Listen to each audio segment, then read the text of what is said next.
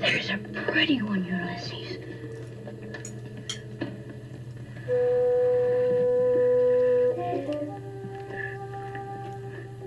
There it is. Hey, lovely people. Well, this is a treat right at the end of the year. This is the full version of a conversation that I recorded with the fabulous Japanese to English translator Yuki Tejima in March. The first half or so of it was included as my mystery guest chat in my Friday reads at the end of March, and there wasn't time to include everything, including some other fiction that Yuki has translated. So here's the full meal deal, including some other book recommendations and general conversations about Japanese women writers. If you vividly remember the mystery guest chat and don't want to watch all that again, below is the timestamp where you should start. But I think it's been so long and it's such a fascinating conversation that you all should just watch it from the very beginning. Please enjoy.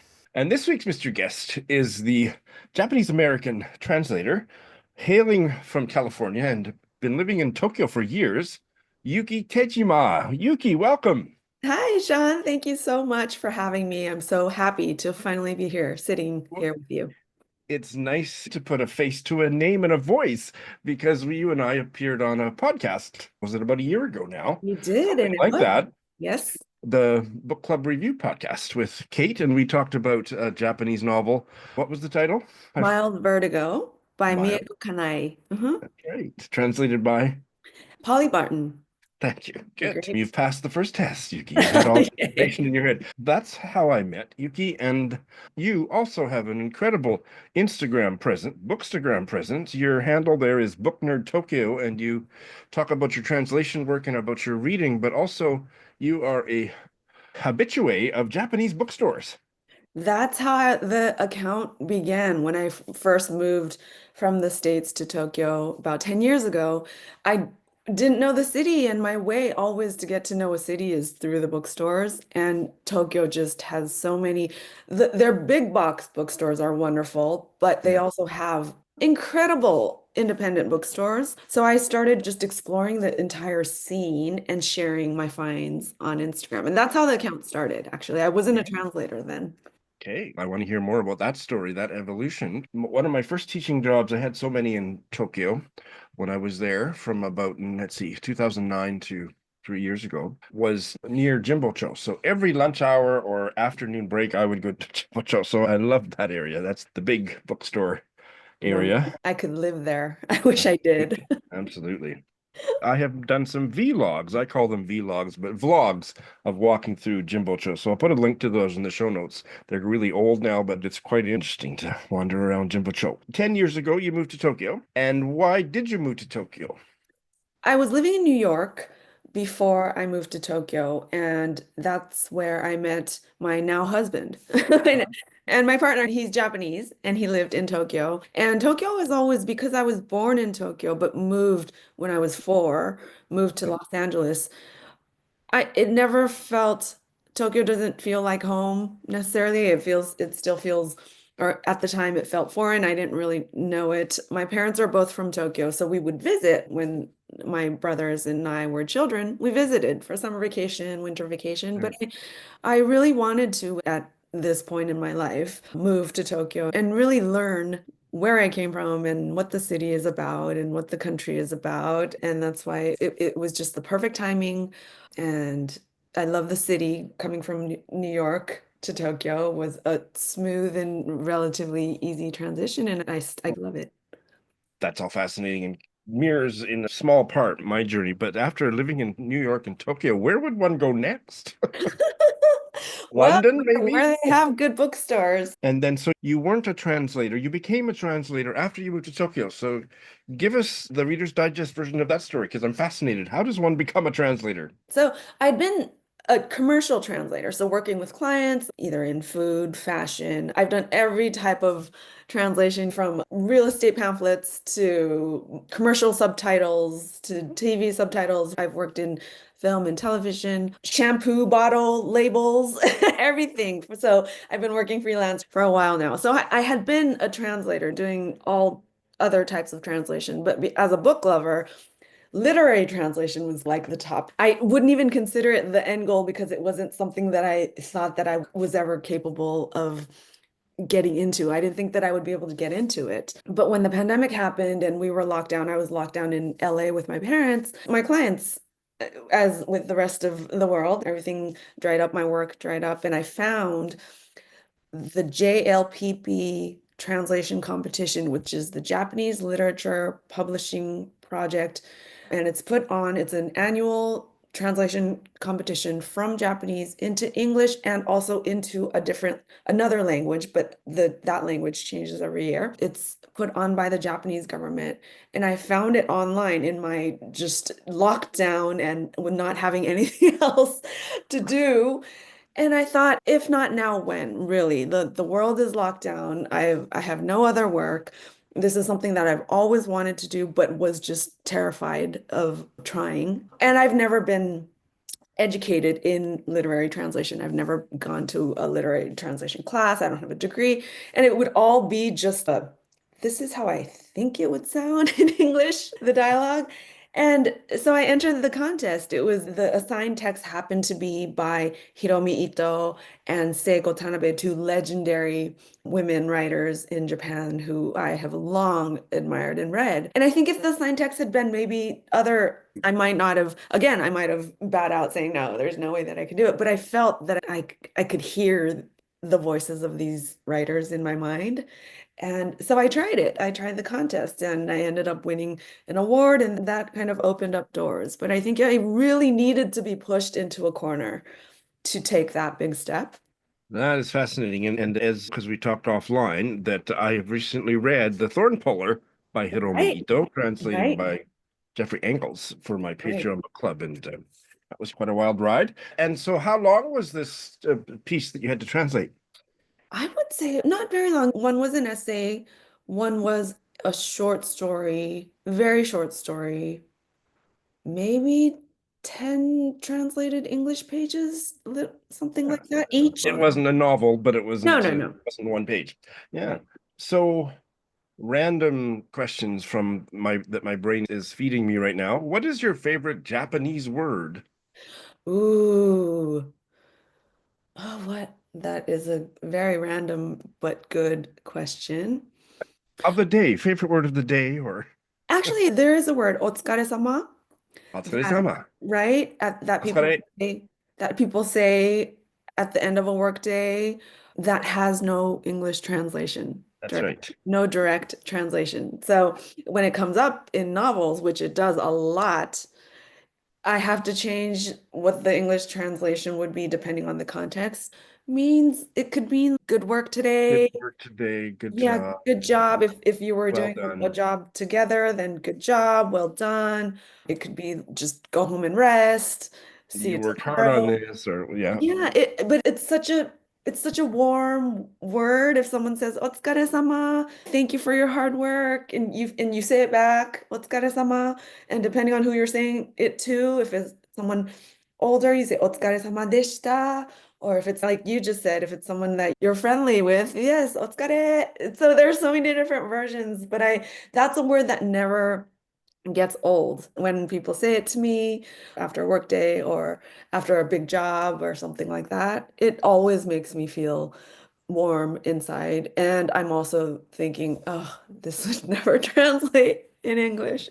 that's In, wonderful. I think one of my favorite expressions is "kochira koso." It's me who should say so. When yes, somebody says something nice to me, and I feel like I should be saying it back to them, "kochira koso," and so I I use love that it. one a lot. I Yeah. love that one too. Yeah. Yes, I love it. Yes.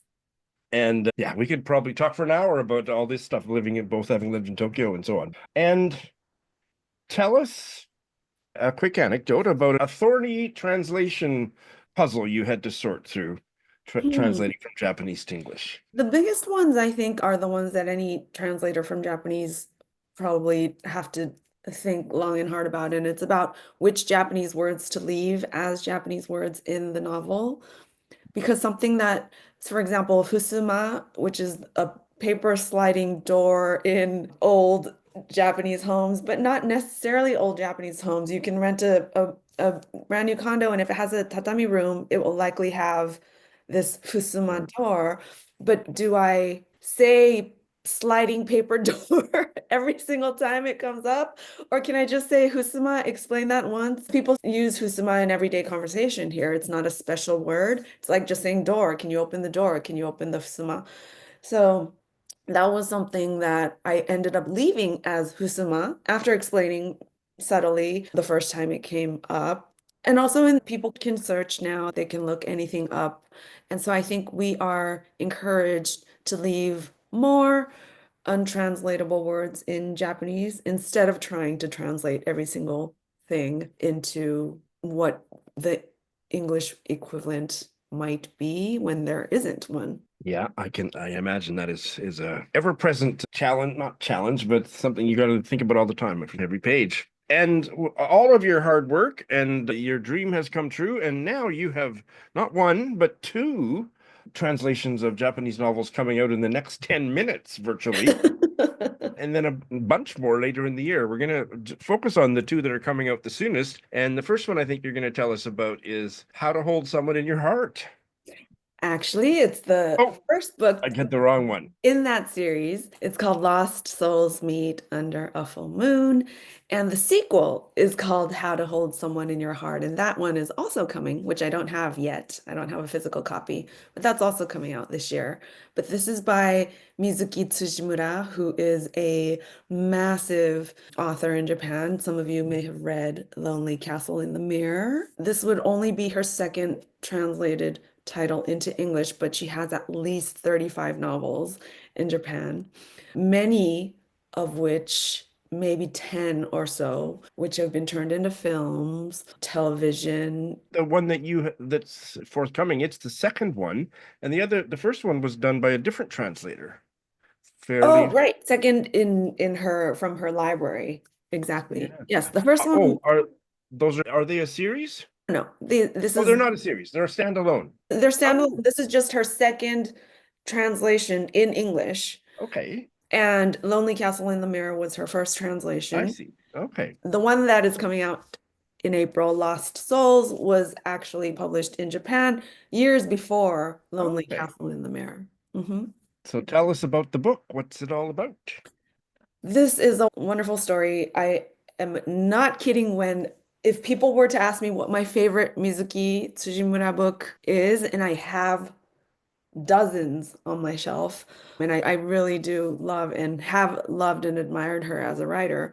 But this book, which is called Tsunagu in Japanese, just simply Tsunagu, is definitely my favorite. So I cannot believe that I have had the luck and the honor of translating this book.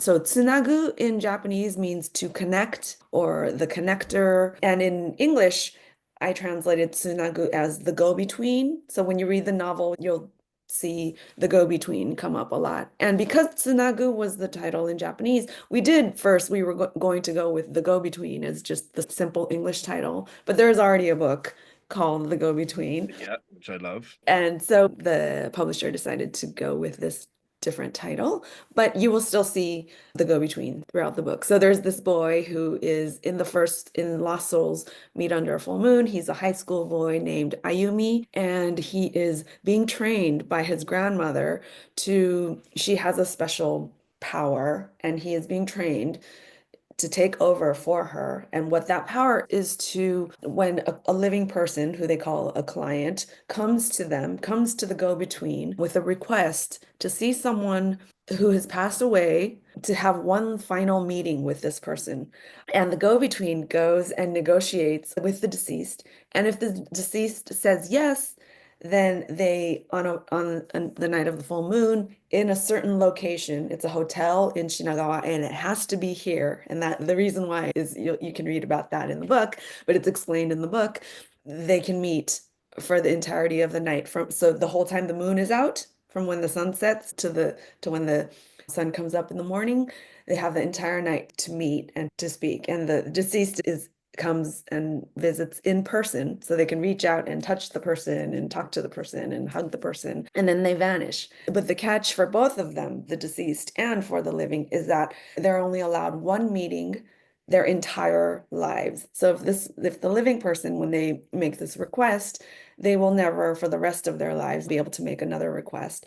And if the deceased receives a request and they accept the request, then they would not be able to take any other requests that might come later on. So Ah, it becomes are they the people that they want to see the most? Or is if this deceased person, for example, is waiting for somebody to request them yeah. and So I can somebody just imagine the psychological exactly. potential for people to get really deeply wounded by being rejected by their grandma because their grandma's waiting to talk to the other grandson or whatever. And but it's really the thing about Mizuki Tsujimura is I went to a talk recently that she gave, and she writes without knowing where her stories are going to go, where her characters are going to go. So she started out with writing these episodic stories of a young woman reaching out to an idol, a star that she idolized because the star saved her life in real life, and she wanted to thank her. So there's that episode, and then there's another episode with a son who's a grown man who wants to meet with his mother, who he didn't really communicate with when she was still alive. And so there are these episodes, and there are 3 or 4 episodes, but what's so interesting is that Mizuki Tsujimura said that as she was writing, Ayumi, who is the go-between himself, as she was writing, he started to struggle with why he was in the position to bring the dead and the living together. And isn't it just the ego of the living to want to meet with the dead and bring them back to life? And so she said, the author, yes, he really started to struggle with it. So what I thought was just going to be episodes, I realized that I had to tell Ayumi's story. So the second half of the book becomes Ayumi continues to take on these cases, as they're called, but it's his struggle. It's him asking himself what is the purpose of death? And what if the living were allowed to could connect with the dead at any point in their lives, then what is the point of what is the difference between being alive and being dead? And starts to have all of these existential questions. And we learn about his past, and we learn about the past, his grandmother, and why he is in line to receive this power. And it gets rather dark. Uh, So it's not a YA by any means, though young people can that's definitely read it. It's definitely that's very dark. comforting for me because I don't like YA. But oh, it sounds you're really selling it to me. This is wonderful. Are you familiar with? She's a Asian Canadian writer, but she lives in the States in Seattle. Kim Fu. No, I don't think I've ever read her I, work. I don't know what all she's had published, but her short story collection from a few years ago, Lesser Known Monsters of the 21st Century. Mm, The first story is about a very similar thing set speculatively in the future, and it's fascinating. I think you would enjoy it now having translated this book.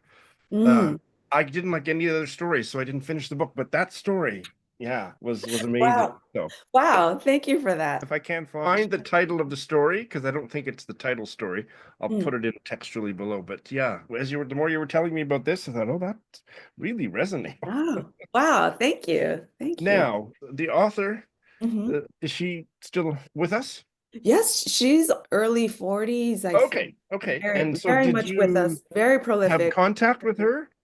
I haven't, Uh-huh. and she's such a huge name here. I would be completely intimidated because I've read her work and know her work well. I didn't have any questions for her as I was translating. There were no, I just felt Ayumi speaking. In my mind, he spoke like an American teenage boy. And he was going through these cases and meeting these people and really maturing and growing up. And to me, he sounded American, so that's what I put on the page. But no, hopefully it would be wonderful to one day meet the author, but I have not yet. And remind us if you didn't say, I can't remember if you said, when is the pub date? So this is coming out April 3rd, Oh, very soon. very That's soon. great.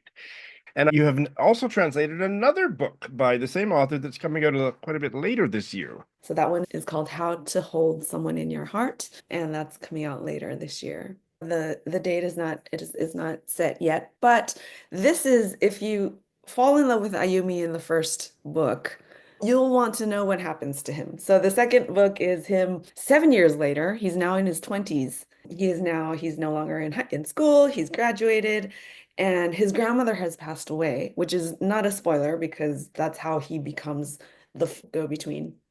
So the second book is just as moving. It's similar.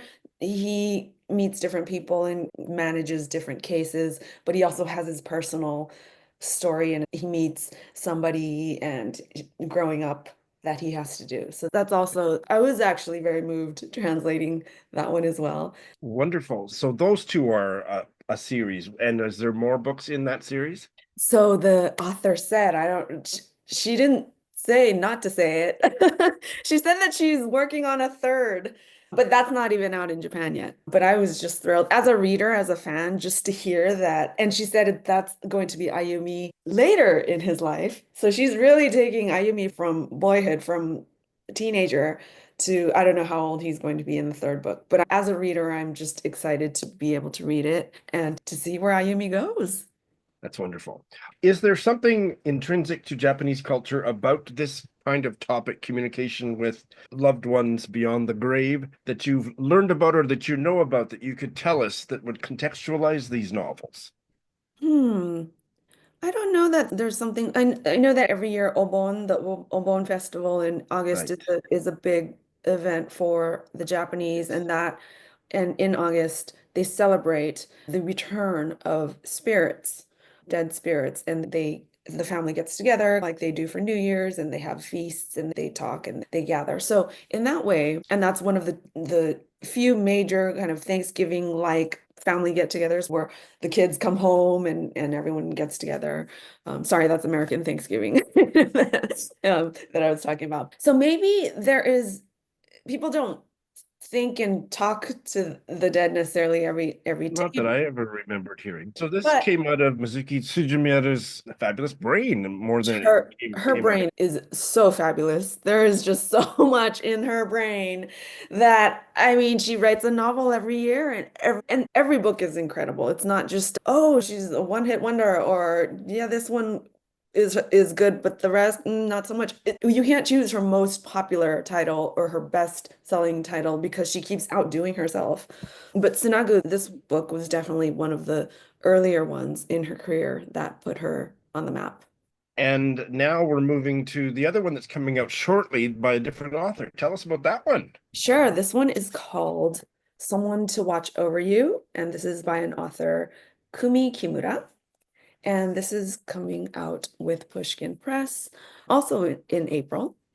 And this one is a completely different story, different in tone, different in character. Lost Souls Meet Under a Full Moon it's very dramatic and emotional, and there are a lot of characters and there's a lot of dialogue and it's very lively. This one, Someone to Watch Over You, is about two people in a house who live together but do not communicate with one another.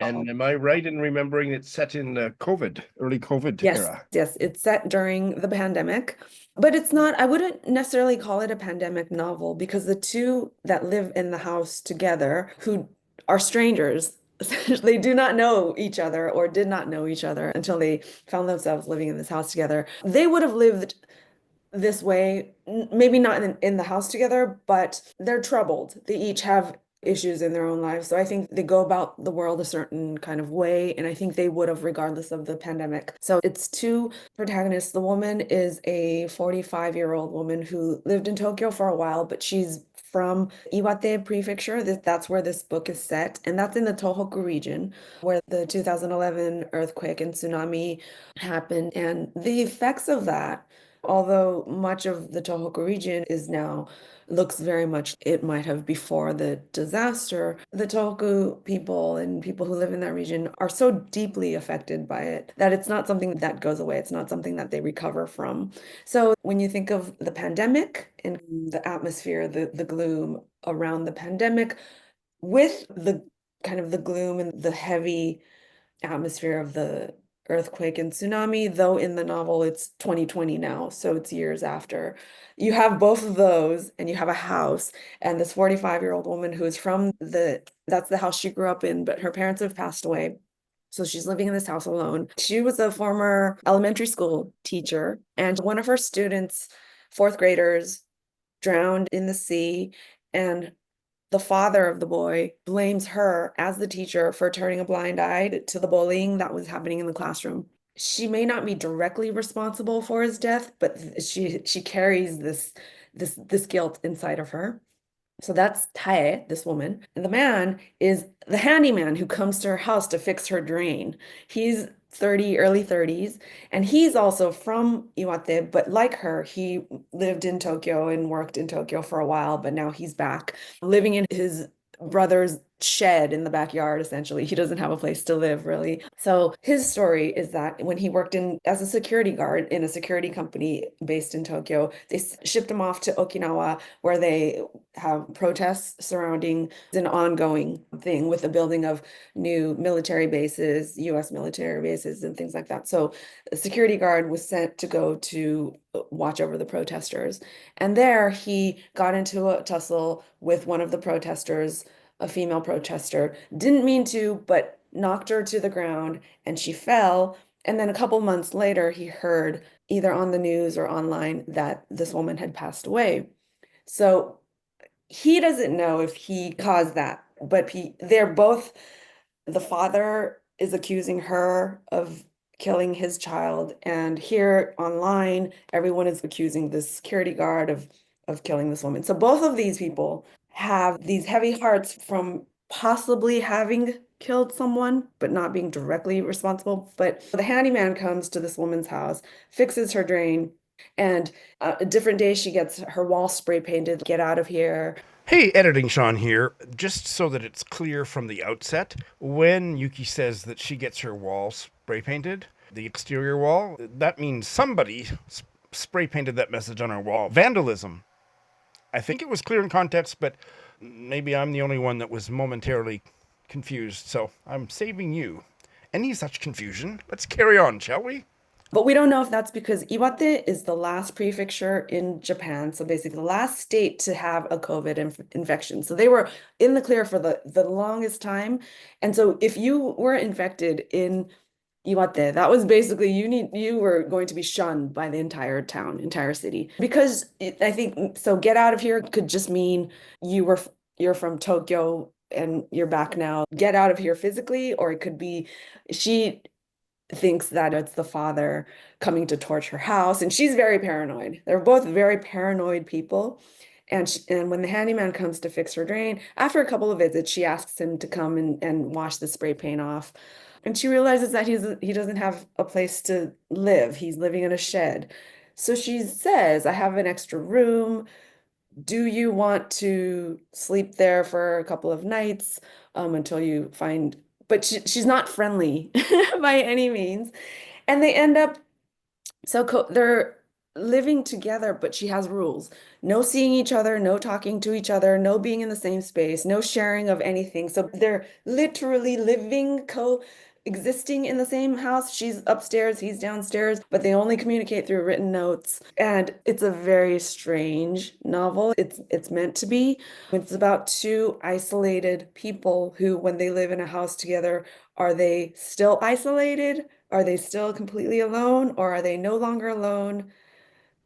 The title's Someone to Watch Over You. Are they watching over each other? But they haven't seen each other in months. They end up living together for months without seeing each other once. It's very dark and unsettling. God, I just, it sounds amazing. And it's a very glib comment, but it sounds like Hikikomori roommates. Oh, yeah, no, absolutely. Yeah. Absolutely. It's a miracle that they met, that two Right. hikikomori type people who basically do not communicate with anybody else in society somehow found each other and were desperate enough, both of them, to say, okay, let's just live in this house together because COVID is raging on outside. Yes. And hikikomori, for people that don't know, is the Japanese word for people that, and it really is a essentially Japanese phenomenon. I've never heard of something quite exactly like that in the West, but people that are just completely that recluse, right? It's a recluse, Hmm. somebody who are hermit type people, and it's more prevalent, I would say, in Japan. Wouldn't you? I Than would say that any it other country. It is a major social issue. It can start out with a child who doesn't want to go to school, but from there it could continue until they're in their 20s and they don't leave their house and their rooms, and their parents bring their food up to their rooms. And yeah, and it seems to be something that, I don't know, it's like you're not supposed to yank them out and bring them out of the room and make them go outside. It's a very sensitive topic. And for that kind of a personality or that kind of a context, to set it in COVID just makes all kinds of sense and would just heighten all of that. Wow. Oh my God. So I don't know anything about Kumi Kimura. Tell us a Mhm. little bit about her. This is her first English translation, but she has been writing for 19 years in Japan. So she is very much an established writer here, and she has several novels. She is very literary versus Tsujimura, who is mystery and kind of fantasy and really, I suppose, genre, but that's just for this book because Tsujimura spans various genres depending on her novel, versus Kimura, who is very literary, not plot driven. Tsujimura is very plot driven. Kimura is not plot driven, and that is the point. So this novel takes place, you're in Tae's head, the woman protagonist's head for a chapter, and then you're in the Shinobu, the guy's head for a while, and then it changes back and forth. So you see the story from both perspectives. And throughout the entire novel, he calls her onna, woman. She calls him otoko, man. They never say each other's name. So they're completely different. But she's very literary. She's been writing for a long time, and she was very excited to have her first book and surprised. She said that she got a call one day saying, they want to translate your book into English. What do you think? And she couldn't believe that they had chosen her book. So she's very excited. Oh, great. And have you had contact with her? I actually last weekend went to Morioka, which is where she lives. It's in Iwate Prefecture, where this book is based, where she lives. And I went last weekend and was able to hand deliver the books to her. She picked me up at Morioka Station. We had lunch, then coffee, then tea, and then she had an event at a bookstore that night. That was why I was going to go in the first place. And she heard that I was coming, and so she said, I will pick you up. So we maybe talked for 5, 6 hours and then went to her book event together. So I know just how much it means to her to be translated into English. But because it's not the easiest read in terms of there's a plot and the likable characters and resolution and connection, there isn't any of that. So I think it might not be everyone's cup of tea, but I do hope that it gets a good reception, because I think that if you read it, possibly the more I read it as I translated, the more I appreciated the characters, the more they grew on me, and I started to kind of for them. What a fabulous life you have, Yuki. Thank you. Wow, Wow. thanks. And because you have a 2 meter stack of books left to talk to us about. So where would you like to go next, Yuki? If I can, this is a book that I recommend, but it's also selfishly and self-promotingly a book that I translated that is coming out later this year, this summer, actually. And I think Great. that readers who like Japanese literature might appreciate just the news in general, not of me translating, but the fact that Emi Yagi, whose Diary of a Void is a magnificent hit, translated by David Boyd and Lucy North. Huge hit. Such a great novel and such a great translation. And she is coming out with a second book. And it is out in Japan. And this is the Japanese title. The English title will be When the Museum is Closed. Okay. It's by Emi Yagi. And it was interesting because I was translating Someone to Watch Over You and this kind of side by side at the same time. And the protagonists, to me, I felt that they were in conversation with each other. This protagonist is a woman who, I don't know if it says, maybe in her 30s, who is a little bit of a recluse. She can't communicate with people. She has never gotten along. She doesn't have friends. School has always been tough for her. And so she was very much in conversation with Tae, who lives in that house. And I was thinking, wow, I wonder what would happen if these two were in a room together. But this woman, Rika is her name. She starts to work part-time in a museum. but her job is to be the Latin communication partner for the statue of Venus because there are very few people who speak Latin. She studied Latin in school and she's very good in Latin. This Japanese woman is a very good Latin speaker. And so she goes every Monday at a certain time, her shift, she goes to the museum because Monday is when the museum is closed, is the title of the book. And she goes and she converses with Venus, the statue. And it's so wonderful in just the Emi Yagi way. So bonkers, not bonkers as in the story makes no sense, but bonkers as in just her ideas, where she gets her ideas. Diary of a Void was about a woman who pretended to be pregnant and then told her office and everyone that she was pregnant and then carried the pregnancy to term. And you're like, okay, so wait, what happened? And this one, and in this one, Venus talks, of course. And so Rika it has an instant connection with Venus. And because she's not able to communicate with anybody else in real life, she has an instant communication with Venus and a friendship blossoms. And it's the story of how this Rika person starts to change in her interactions with Venus. It's just a wonderful story. I loved it and I laughed out loud translating it so many times. I think Emi Yagi-san is a genius. She's hilarious. And I can't wait to share this with English readers. I think if they loved Diary of a Void, then this is Emi Yagi as you hope. That's wonderful. Now, so what you've just said makes me want to ask you, when you're translating two works of literature, two fictional texts, at the same time, how does that, how difficult is it to keep them? I think it's great if the characters are in resonance and are talking to each other. The style's different and they're separate. And how do you do all that? Juggle Right. or keep it separate? For me, I was actually working on these two and Ayumi at the same time. So I had Ayumi and I had Tae the two in the house, and then I had Rika in the museum.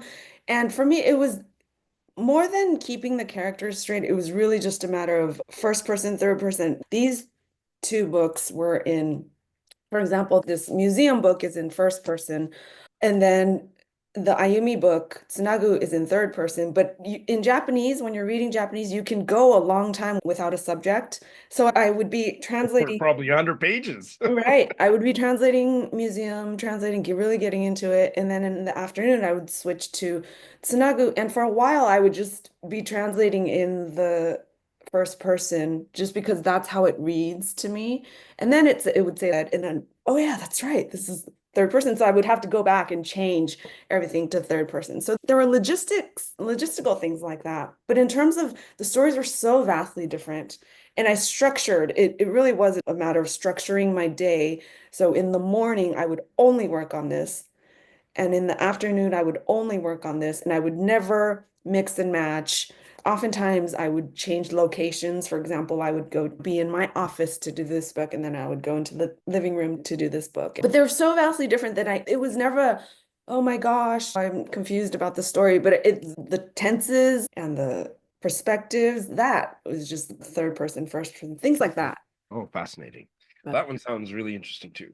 And you have others. this one, I don't think that many English readers might know. The author's name is Tetsuko Kuroyanagi, and she's one of the most famous personalities in Japan. And when I say personalities, I mean she has a television program like an Oprah Winfrey type every single day. She has a different guest on, but that has been going for 50 years, and she continues to, I think she holds the world's record for longest single host television program. She continues to update that. She is an actor. She is an essayist. She's a UNICEF ambassador. She travels the world. So she's just incredible. She's the first NHK actor ever, television actor. When they went from radio to television, she was their very first actor, television actor. And in the 80s, she wrote her first memoir, which is this. It's called Totto-Chan, the little girl at the window. This is the 80s version, and this one is translated by Dorothy Britton. This is still the best-selling English title in Japan, and it's sold millions and millions around the world, and I think it's a massive bestseller. And so for the first time in 40 years, she wrote a sequel to this bestseller at the end of 2023. And so this is a memoir. This is a memoir written by Tetsuko Kuroyanagi about her life. And the reason why this first book was such a massive hit was it takes place before the war. She's a girl, Tetsuko, Toto is her nickname, Totto-Chan, because she couldn't say Tetsuko when she was little. And this is the real life story about a real life school. She couldn't sit still. She couldn't listen to the teacher. She couldn't pay attention. So she was kicked out of all these elementary schools. And her mother took her to this school in Jiyugaoka in Tokyo, which still, the school does not exist. The town is very much still there. And she flourishes. And so the first book is about the education system of the school and about Toto, this very kind of hyperactive, very talkative, brilliant, but in an ordinary Japanese school, she might have become just someone who stuck out and she might not have been able to show who she was, but she flourished in this school. And she is in her 90s now. She's still on television every single day. There's not a person in Japan who does not know who she is. And so the first book is about her upbringing and it ends when the war begins. So the sequel begins where she leaves off in this first book. So we hear about what the war experience was for her, how she became an actor, and how she became who she is today. So if you're interested in not just Japanese culture, but Japanese pop culture and Japanese entertainment and media and how Japanese media changed and evolved over the years. This is her story. It's her personal story. And it's fascinating. I learned so much about Japanese culture translating this book. I'm looking her up right now because the name is not familiar to me, but I want to see some recent pictures. 'Cause I didn't watch a lot of Japanese TV, but I'm just going to look at some pictures here. But I'm sure that if you turned on the TV when you were here too, she would have been all over it.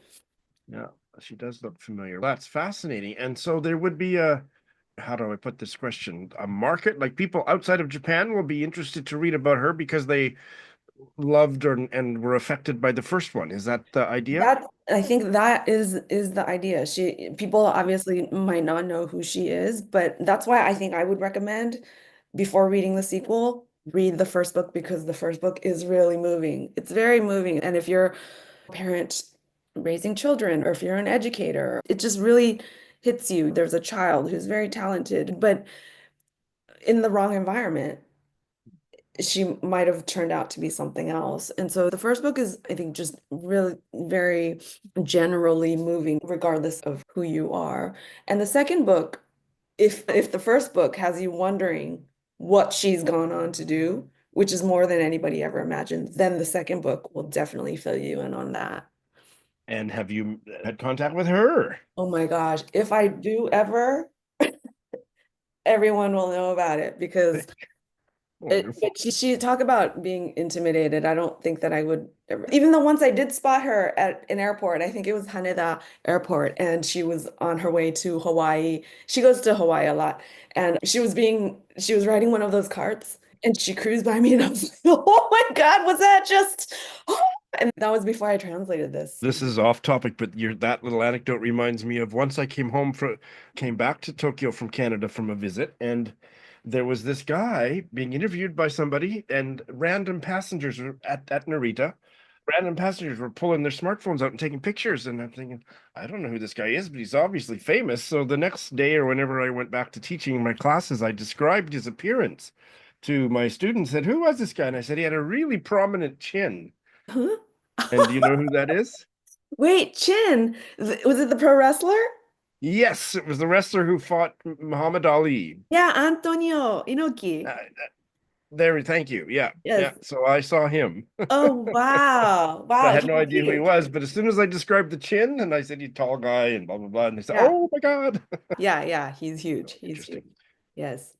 So those are the two books that I'm They're most coming out, and they're both coming out later this year. later this year. Yes. That's Summer, wonderful. fall, something like that. Yeah. That's wonderful. If you have some other books to tell us about that you recommend, we've still got a No, few. Absolutely. Right. This is a book that was very moving.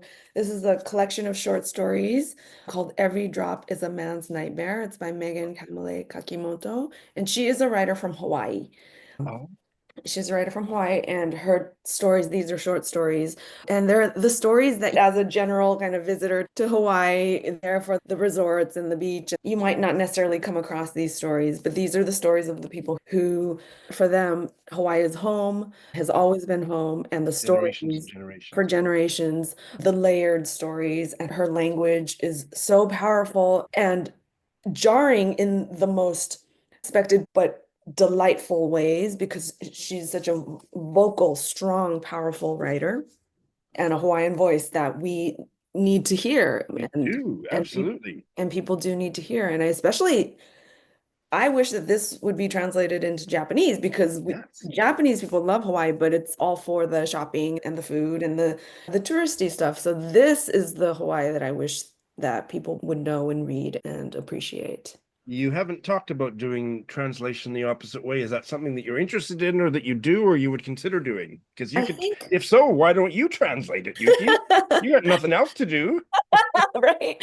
Translating from English to Japanese, I've done it in a commercial context, so whether it's television, a script, or something like that. But with literature, I think I could attempt it, but it would take a very long time because growing up in the States, I don't have the literary vocabulary. I do read a lot of Japanese novels, and I think if I set my mind to it, if I say, okay, I'm going to translate this book, I would throw myself into the reading and the research and the learning of it. So hopefully, maybe at some point in my career, I would love to translate a book from English into Japanese. And I don't want to be so presumptuous as to remind you about something of your own life, but I'm going to remind the viewers that at the beginning of this conversation, Yuki said when she came to Tokyo 10 years ago, she wasn't a literary translator. So, yeah, I think if you decided to do this 10 years later, I'll have you back and you'll tell us how all that went. Please, I would love to be able to say, oh, here are some English books that I translated into Japanese. But for now, that sounds like a bigger challenge than the other way around.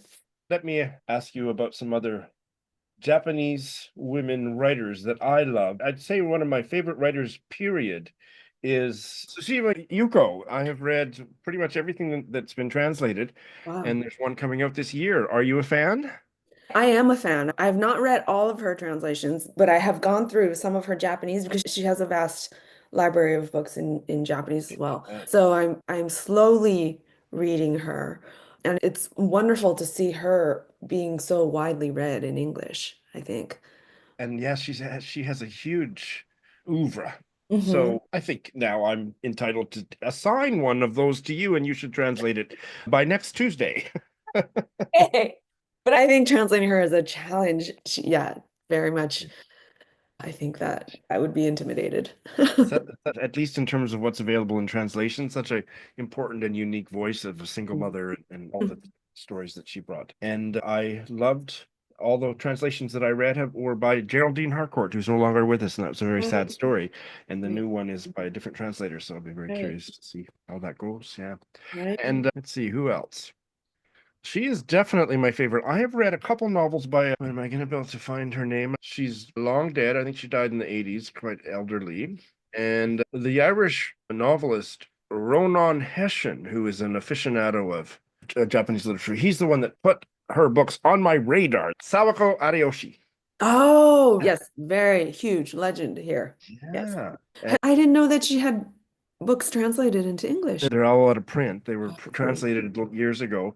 The one that I love the best that I have done a full review, I did a full review of both of them, but The Twilight Years, one of her later ones, Mildred Tahara was the translator, and it was published, I think, in the 70s. And it's about a Tokyo family, and the parents, they have I believe it's his parents living in the backyard. And so the mother, the middle-aged mother, she's caught between her children's lives and it's all about aging and grandparents, and it's just wonderful. And then Mm. it was a little bit less successful for me, but I still enjoyed it. The River Key, Mm. same translator, and it was set in Wakayama and about generations of a family. Yeah, I'd love Wow. to read No, more by her. she's somebody definitely who I want to read all of and Me haven't too. and And haven't. I don't think it's all been translated. Hint, No, hint. definitely not. Definitely not. But yeah.